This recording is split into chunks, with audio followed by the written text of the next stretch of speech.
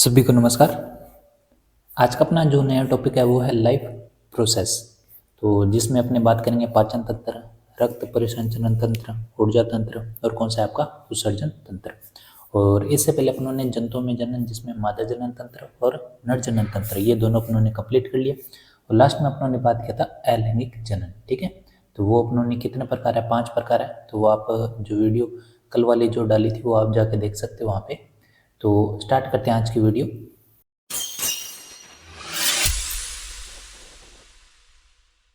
तो अपने बात करते हैं जैव प्रक्रम के बारे में। जैव प्रक्रम यानी लाइफ प्रोसेस।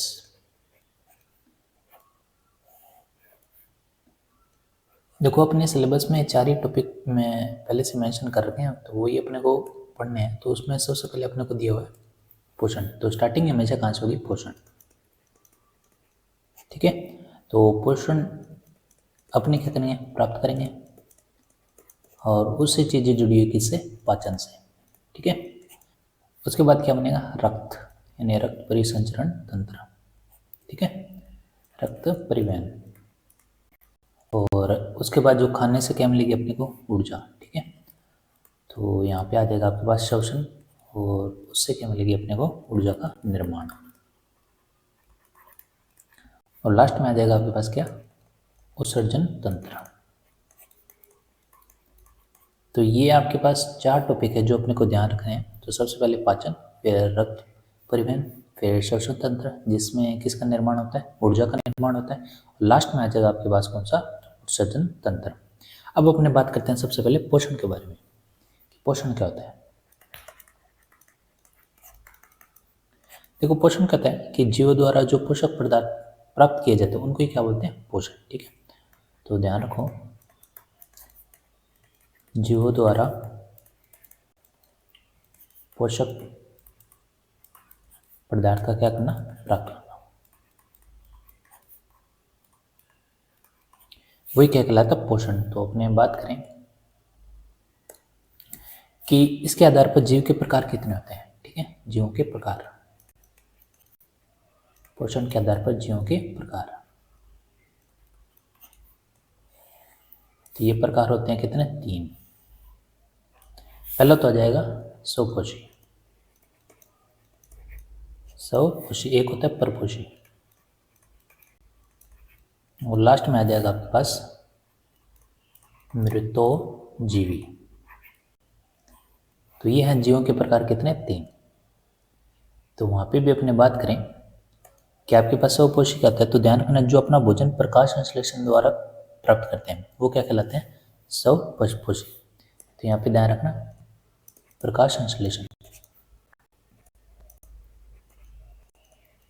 ठीक है, जो अपना भोजन प्रकाश संश्लेषण क्रिया द्वारा प्राप्त करते हैं वो कौन से? स्वपोषी। उसके बाद है परपोषी। परपोषी का मतलब है ये क्या कहता है? भोजन के लिए दूसरे जीवों पर डिपेंड रहते हैं। ठीक है, तो जो दूसरे जीवों पर निर्भर रहते हैं वो कौन से? परपोषी। दूसरे जीवों पर निर्भर,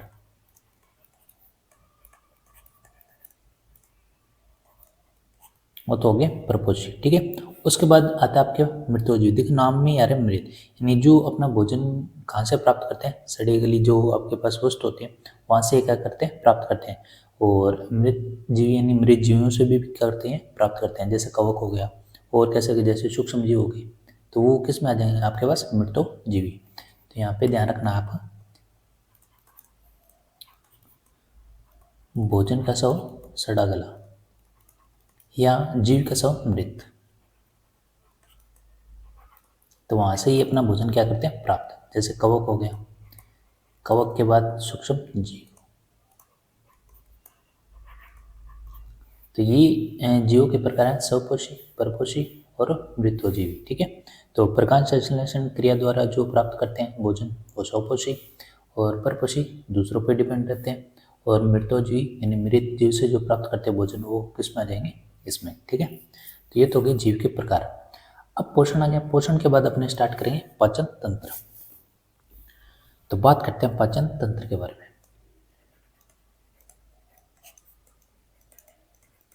तो इसको क्या बोलते हैं? Digest system. ठीक है, डाइजेस्टिव सिस्टम। तो सबसे पहले तो बात पता होनी चाहिए कि पाचन क्या होता है। तो अपने बात करें पाचन, पाचन ठीक है, डाइजेशन।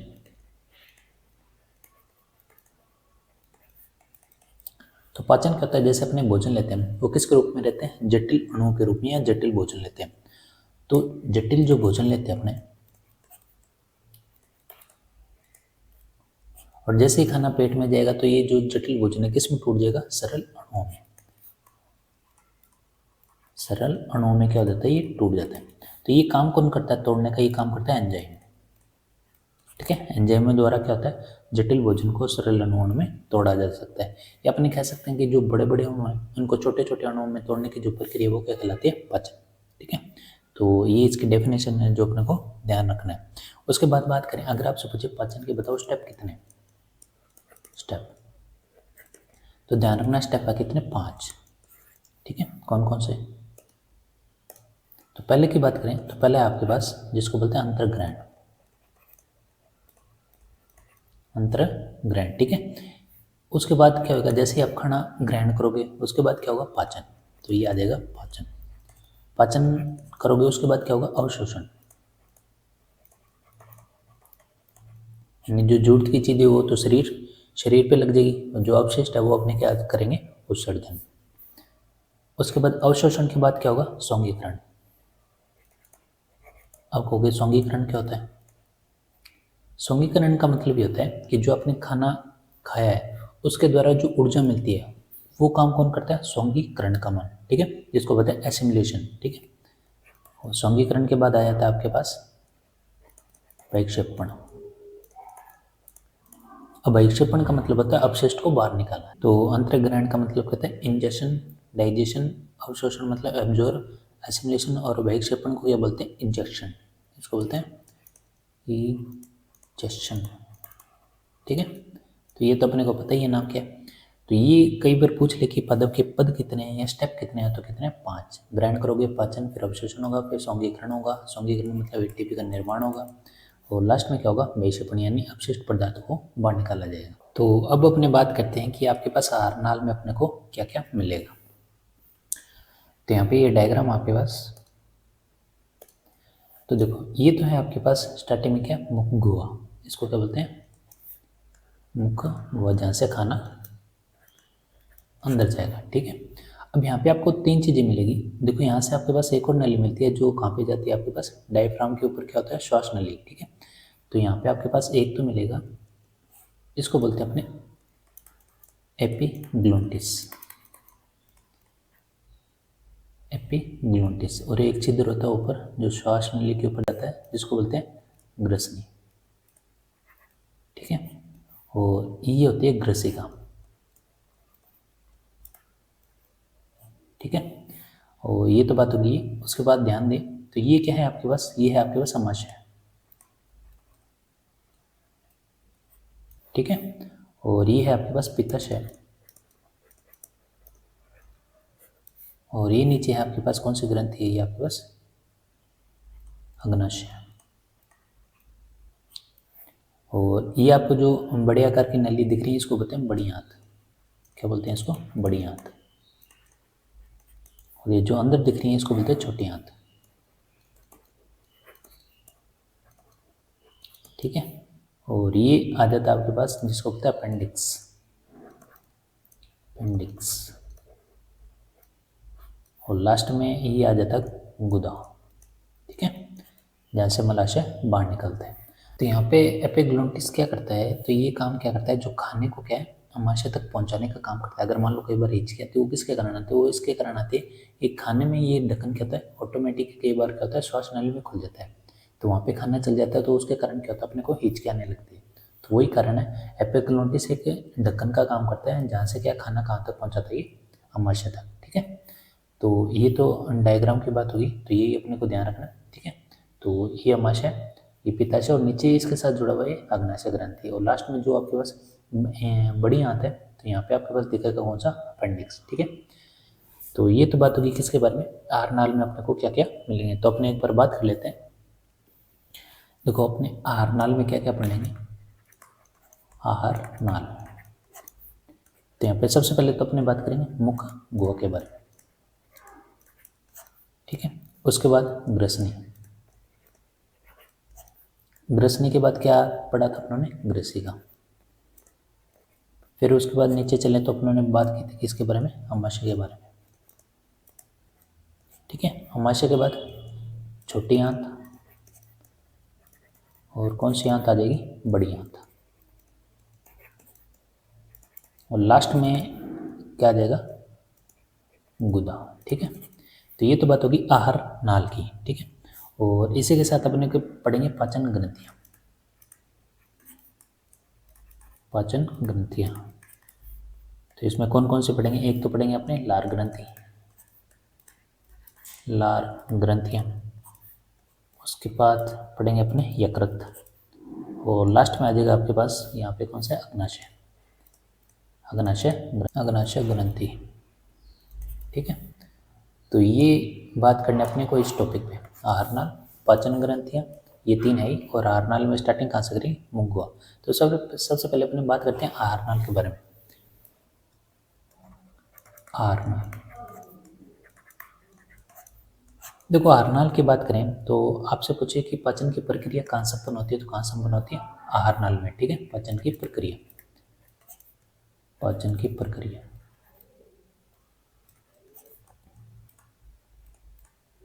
और बात करें तो आपसे पूछे कि शाकाहारियों की आहार नाल बड़ी होती है या मांसाहारियों की आहार नाल बड़ी होती है, तो ध्यान रखना किसकी आहार नाल बड़ी होती है, शाकाहारी की।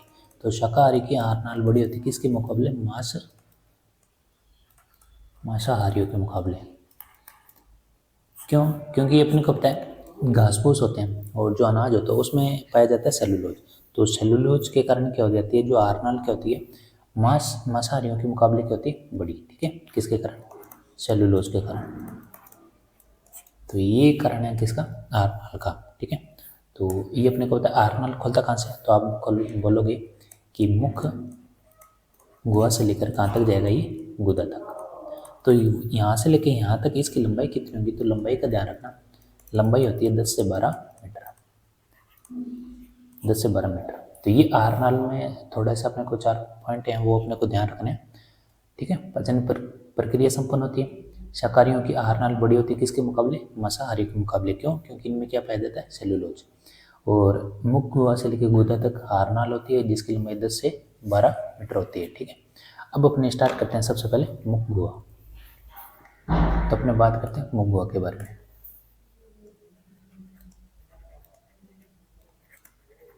मुख गुहा जिसको क्या बोलते हैं, बक्कल कैविटी,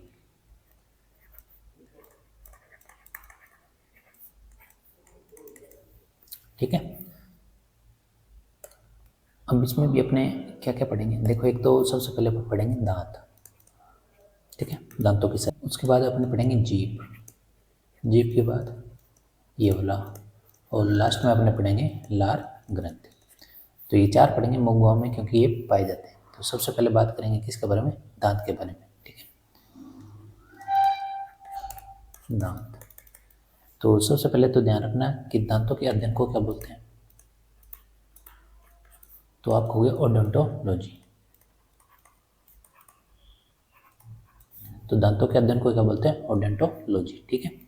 उसके बाद बात करें उत्पत्ति के आधार पर, उत्पत्ति के आधार पर दांतों के प्रकार।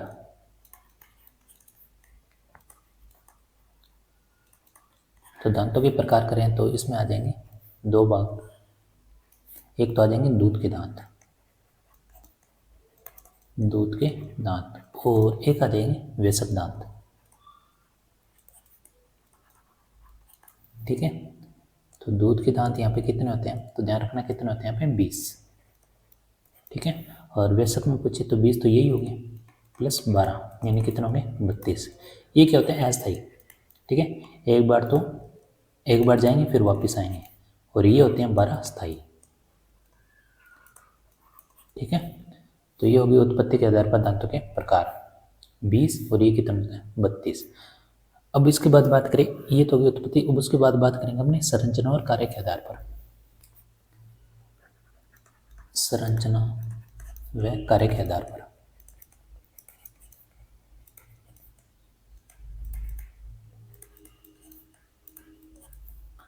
तो दांतों के जो प्रकार है वो कितने होते हैं? 4।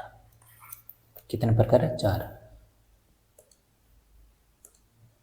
तो सबसे पहला कौन सा है? तो ध्यान रखना कौन सा? इंसाइजर। इंसाइजर, ठीक है। दूसरा बात करें तो वो कौन सा? कैनाइन। तीसरा कौन सा है? तो ध्यान रखना कौन सा? प्रीमोलर। और चौथे की बात करें तो कौन सा? मोलर। तो हिंदी में भी ध्यान रख लो, इसको बोलते हैं कृतनक और कैनाइन को बोलते हैं रदनक। और उसके बाद प्रीमोलर को बोलते हैं अग्रचौनक। और ये क्या होगा आपके पास? चौनक, ठीक है। तो ये प्रकार हो गए कितने? 4। अब बात करते हैं कि वयस्क में ये दांत कितने होते हैं और दूध के दांत कितने होते हैं। दूध यानी बच्चों में दांत कितने होते हैं और इनका कार्य क्या होता है। तो ध्यान दें, कृतनक क्या होता है? जो आगे के दांत होते हैं जो क्या काम करते हैं? काटने के, ठीक है। आगे वाले जैसे दूध के दांत आते हैं 2 आते हैं स्टार्टिंग में, ठीक है। फिर धीरे धीरे करते करते कितने हो जाते हैं? 8 हो जाते हैं। तो ये दांत क्या होते थे? यानी ऊपर के 4 और नीचे के 4, टोटल कितने होंगे? 8। तो वयस्क में होते हैं 8 और दूध के दांत भी कितने होते हैं? 8, यानी बालकों में। उसके बाद कैनाइन यानी रदनक। साइड वाले अपने 2 दांत देखे होंगे ऊपर, यानी तिखे दांत होते हैं वो, तो ऊपर भी 2 दांत और नीचे भी 2 दांत, टोटल कितने होंगे? 4। तो ये दोनों में ही पाए जाएंगे, ठीक है। तो ये तो क्या करते हैं? काटने का काम। तो आपने देखो कई बार धागा कट करते हैं, कोई भी अपनी चीज यानी अपने को चीरनी हो तो किससे करते हैं? अपने रदनक दांत से। तो ये होता है आपके पास चीरने का काम, चीरना। उसके बाद आता है प्रीमोलर यानी अग्रचौनक। तो ये ध्यान रखना, ये दोनों जो हैं ये किसका काम करते हैं? चबाने का, चबाना। तो जो पीछे के दांत वो चबाने के काम करते हैं। तो ये वयस्क में ही पाए जाते हैं, दूध के दांत में नहीं पाए जाते, यानी 0। और मोलर में ये दांत कितने होते हैं? तो ध्यान रखना कितने होते हैं? 12। और ये आ जाएंगे कितने आपके पास? 8, ठीक है। तो यहाँ पे ये जोड़ोगे आप तो ये कितना हो जाएगी? 8 4 12 20 और ये हो जाएंगे 12 कितने? 32। और ये कितने होंगे? 8 4 12 और 8 20। ये देखो, तो दूध के दांत तो 20 होते हैं और वयस्क में दांत कितने होते हैं? 12, ठीक है। तो यही अपने को ध्यान रखना था। इनका एक फॉर्मूला भी है। तो बात करते हैं दंत सूत्र के बारे में। तो सबसे तो पहले बात करेंगे कि वयस्क में सूत्र क्या होता है। तो ध्यान रखना 21 23 और नीचे भी आ जाएगा 21 23। ये तो है ऊपर के दांत और ये है नीचे के दांत और इसको गुना करना किससे? 2 से। तो ये तो मिलेगा किसमें? वयस्क में, ठीक है। और उसके बाद आ जाएगा आपके पास दूध के दांत, ठीक है, बच्चों में। तो इसका जो फॉर्मूला था वो होता है 21/02 और बटे में आ जाएगा आपके पास 21/02 × 2, ठीक है। तो ये है आपके पास दूध के दांत और ये आपके पास वयस्क के। तो यहाँ पे ये दांत कैसे आपके पास बनेंगे? तो बात करते अपने, देखो अपने पास इंसाइजर, कैनाइन, प्रीमोलर और मोलर, यही है। तो यहाँ पे बात करते अपने वयस्क और ये आपके पास दूध के दांत। तो सबसे पहले वयस्क की बात करें तो इंसाइजर ये है आपके पास IKPM, इधर भी ऐसे ही IKPM। अब यहाँ पे 2 से गुना करो 2 दूनी 4 और यहाँ पे भी गुना करो 2 दूनी 4। तो कितने हो गए? 4 और 4 आपको हो गए 8। फिर नीचे गुना करो 2 दूनी 4, 2 दूनी 4, 4 और 4 कितने हो गए? 8। फिर कैनाइन में ऊपर से गुना 2 एकम 2, 2 एकम 2, तो ऊपर और नीचे के दांत मिला के कितने हो गए? 4। इसी तरह नीचे भी 2 एकम 2, 2 एकम 2, 2 और 2 कितने हो गए? 4। फिर यहाँ पे आ जाओ, ये आ जाएगा आपके पास 2 दूनी 4 और ये भी कितना आ जाएगा? 2 दूनी 4, तो 4 और 4 कितने होंगे? 8। फिर आ जाएगा आपके पास नीचे, तो ये देखो 0 से गुना करोगे तो 0 ही आएगा, ये हो गया 0। फिर यहाँ पे गुना करो 2 3 6, 2 3 6, 6 और 6 कितने होंगे? 12। फिर यहाँ से गुना करो 2 दूनी 4, 2 दूनी 4, 4 और 4 कितने होंगे? 8।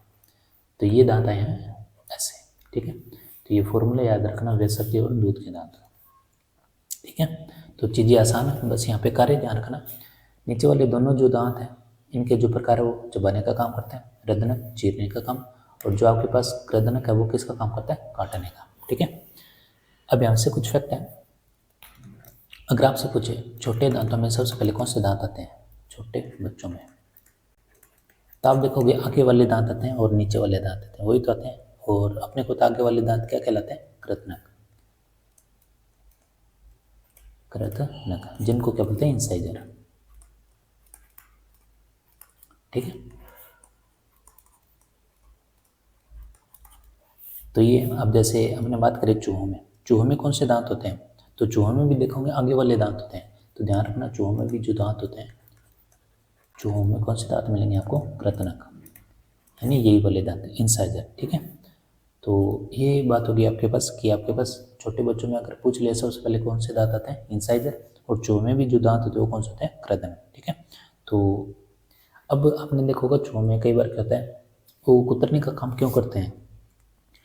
यानी चीज़ों को कुतरने का काम इसलिए करते हैं कि अगर वो कुतरे ना तो वो क्या होता है, उनके दांत हमेशा बढ़ते रहते हैं। तो बढ़ते रहते हैं, एक टाइम ऐसा आता है कि वो नीचे वाले जो आपके पास होंठ होते हैं उनसे बाहर निकल आते हैं वो दांत। तो उनसे उन लंबाई को कम करने के लिए वो क्या करते हैं? चीज़ों को कुतरते हैं। तो ये फैक्ट है जो आपको ध्यान रखना है। ठीक है, तो ये तो बात होगी चूहों में। और अगर आपसे पूछे हाँ हाथी वाले दांत कौन से हैं? हाथी के दांत, तो ध्यान रखना, आपने देखा होगा साइड में निकले होते हैं और अपने ऊपर वाले जो दांत देखे होंगे जो चीरने का काम करते हैं वो साइडों में होते हैं। ठीक है, तो वो जो आप हाथी के दांत देख रहे हो वो कौन से हैं आपके पास? तो ध्यान रखना, कैनाइन। ठीक है, जिसको क्या बोलते हैं? रत्नक। जो तीखे दांत होते हैं वही होते हैं। ठीक है, तो अपने भी जो तीखे दांत है वो कौन से? कैनाइन। तो चूहों में रत्नक या इसको क्या बोलते हो? इंसाइजर। तो ये तो बात होगी किससे रिलेटेड? दांतों से रिलेटेड। तो एक तो फॉर्मूला ध्यान रखना है और एक आपको इनके संरचना और कार्य के आधार पर ये अपने को ध्यान रखने हैं कि मनुष्य के दांत कितने प्रकार के होते हैं। मनुष्य के दांत,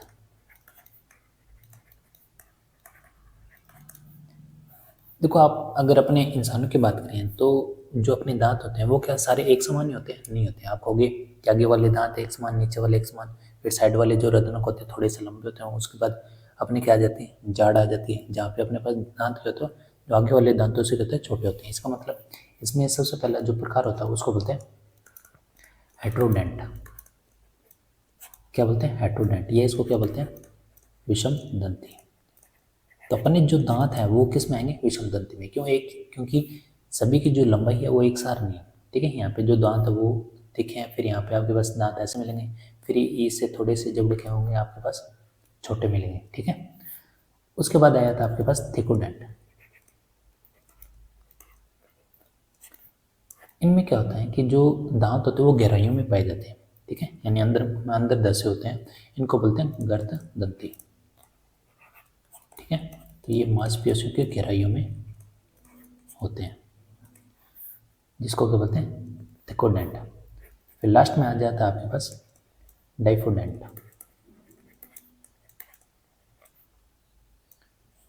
डाइफोडेंट, ये इसको क्या बोलते हैं? द्विबार दंती। द्विबार दंती। तो इसमें क्या होता है कि जो आपके पास दांत आते हैं वो कितनी बार आते हैं? 2 बार। 2 बार। अब 2 बार कौन से? ठीक है, 2 बार आने का मतलब ये है कि उन दांतों को क्या बोलते हैं? अक्कल जाड़। अपनी भाषा में क्या बोलते हैं? अक्कल जाड़। तो ये वही है जिसको बोलते हैं डाइफायोडेंट। ठीक है, द्विबार दंती यानी 2 बार आते हैं। एक बार आते हैं तो ठीक है, दूसरी बार आते हैं तो थोड़ा पेन होके आता है वो, जिसको अक्कल जाड़ बोलते हैं। ठीक है, तो ये तो था मनुष्य के दांत जो अपने को ध्यान रखना है। अब इसका थोड़ा सा स्ट्रक्चर ध्यान रख लें, तो अपने अपने हिसाब से बना लेते हैं, ज़्यादा अपने को डिटेल में तो। ठीक है, तो ये आपके पास मान लो दांत है,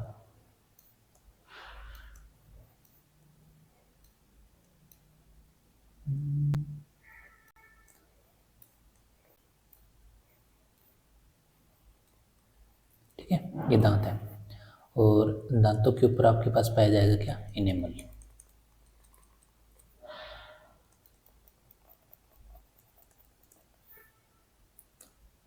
तो ध्यान रखना, दांतों के ऊपर क्या पाया जाता है? इनेमल। यानी कहते हैं कि शरीर का सबसे कठोर भाग यही होता है, किस क्या बोलते हैं इसको? इनेमल। और इसके पास ये दांत है और दांतों से निकलती है जो तंत्रिकाएं। ठीक है, और ये तंत्रिका संदेश पहुंचाती है कहाँ पे? मस्तिष्क तक। ठीक है, अब ये दांत है, ये क्या कहलाते हैं? डेंटिन। और ये है आपके पास तंत्रिका, तंत्रिकाएं, ठीक है। और बस इसमें ये ध्यान रखना। तो आपसे पूछे दांतों के पर सबसे कठोर भाग कौन सा था? इनेमल। इनेमल में भी कौन सा? कैल्शियम कार्बोनेट, या इसको क्या बोलते हैं? Calcium phosphate. ये होता है आपके पास, ठीक है। तो इसमें ध्यान रखना, इसमें क्वेश्चन यही बनता है कि मानव शरीर का सबसे कठोर भाग,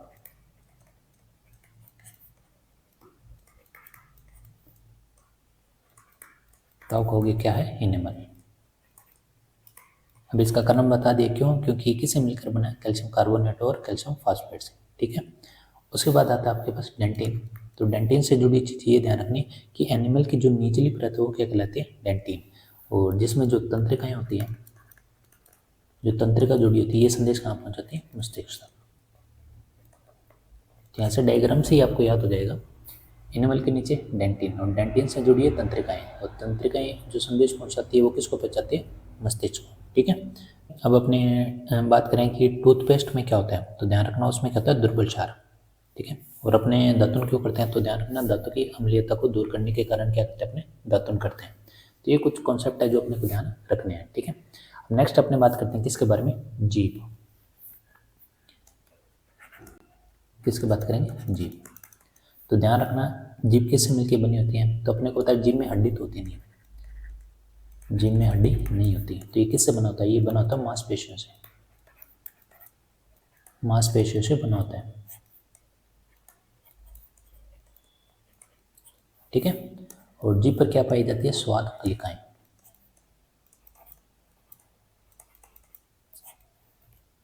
ठीक है। और जीभ क्या करना, जैसे अपने खाना अगर मुंह में लेते हैं तो ये घुमाने का भी काम करते हैं, और किसका काम करते हैं? बोलने का। ये तो कॉमन बातें हैं, बोलने का काम और खाने को घुमाने का काम, ठीक है। तो यहाँ पे अपने बात करेंगे कि इसका स्ट्रक्चर कैसे है, तो ध्यान रखना।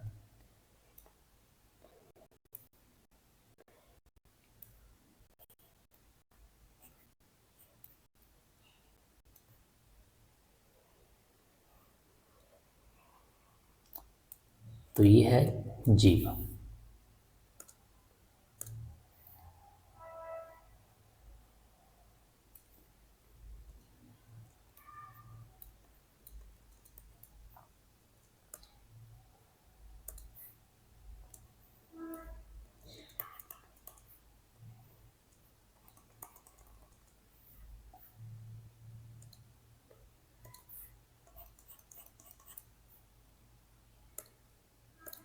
तो ये आपके पास जीभ है, यहाँ पे आप देख रहे हो, इसको बोलते हैं कौन सी झिल्ली? फ्रेनुम, फ्रेनुलम झिल्ली। और ये कौन सी हड्डी से जुड़ी होती है? तो ध्यान रखना, किससे जुड़ी होती है? हायोड हड्डी से, ठीक है। तो अपने बात करें जीभ कौन सी झिल्ली से? फ्रेनुलम। और किस हड्डी के द्वारा अटैच होती है? हायोड हड्डी से, ठीक है। अब यहाँ पे बात करें, जो आपके पास आगे वाला हिस्सा है, जीभ का आगे वाला हिस्सा, ये किसको शो करता है? मीठे भाग को, ठीक है। अपने को मीठा महसूस कराता कौन सा? अग्रभाग, ठीक है। अब ये जो आप दो भाग देख रहे हो, ये वाले साइड वाले, ये कौन कौन से भाग? तो ध्यान रखना, खट्टा और नमकीन, ठीक है। और ये जो वाले भाग बोलते हैं इनको पार्श्व भाग। कौन सा भाग? पार्श्व, ठीक है। और ये है अग्रभाग। लास्ट में आ जाएगा आपके पास कौन सा भाग? पश्च भाग, जिसको क्या बोलते हैं? पश्च भाग। तो पीछे वाला जो हिस्सा है पश्च भाग को शो करता है, और ये इसमें क्या होता है? किसको बताएगा? कड़वाहट को, ठीक है। आगे वाला मीठे भाग को, जो साइडों में है वो बताते हैं किसको? खट्टा और नमकीन को। और ये आ जाता है आपका लास्ट वाला भाग, जो किसको बताता है? कड़वाहट को, ठीक है। तो ये जीभ का स्ट्रक्चर क्या हो गया? पूरा होगा, जिसमें अपने को ये भाग ही ध्यान रखने थे। और इसमें ध्यान रखनी कौन सी हड्डी? हायोड हड्डी। झिल्ली कौन सी? फ्रेनुलम। और आपके पास ये कार्य है, ठीक है। तो ये जीभ हो गया अपना कंप्लीट। उसके बाद अपना रह जाता है ये वाला, जो अपने पढ़ेंगे नेक्स्ट वीडियो में। उसके बाद लार ग्रंथि, फिर अपने आ जाएंगे ग्रसनिका, और उसके बाद अपने पढ़ेंगे अमाशय, ठीक है। तो मिलते हैं नेक्स्ट वीडियो में। तो चैनल को शेयर, सब्सक्राइब और जरूर करें। धन्यवाद।